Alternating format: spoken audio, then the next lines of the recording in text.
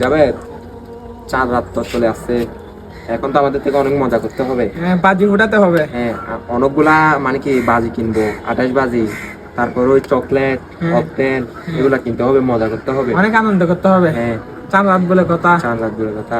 ছেলেগুলো এখানে বসে বসে চাঁদ রাত দিয়ে গবেষণা করতেছে, দেখি কি গবেষণা করতেছে, গিয়ে দেখি। আসসালামু আলাইকুম, আপনারা এখানে কি করতেছেন? ওয়ালাইকুম আসসালাম। হুজুর, আমরা তো ওই চাঁদ রাতে অনেক আনন্দ করব, মজা করব, সেগুলা নিয়ে মানে কি কথা বলতেছি আর কি।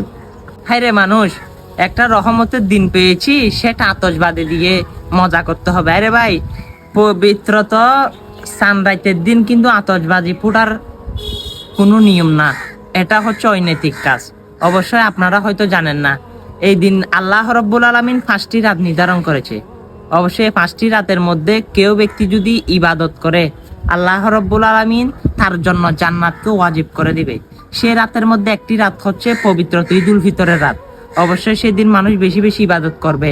অবশ্যই তোমরাও ইবাদত করবে। এই আতশবাজি যদি ফুটিয়ে মানুষের ঘুম নষ্ট করবে, মানুষকে অসচেতন করবে, আল্লাহ নারাজ হবে। অবশ্যই সতর্ক থাকবেন।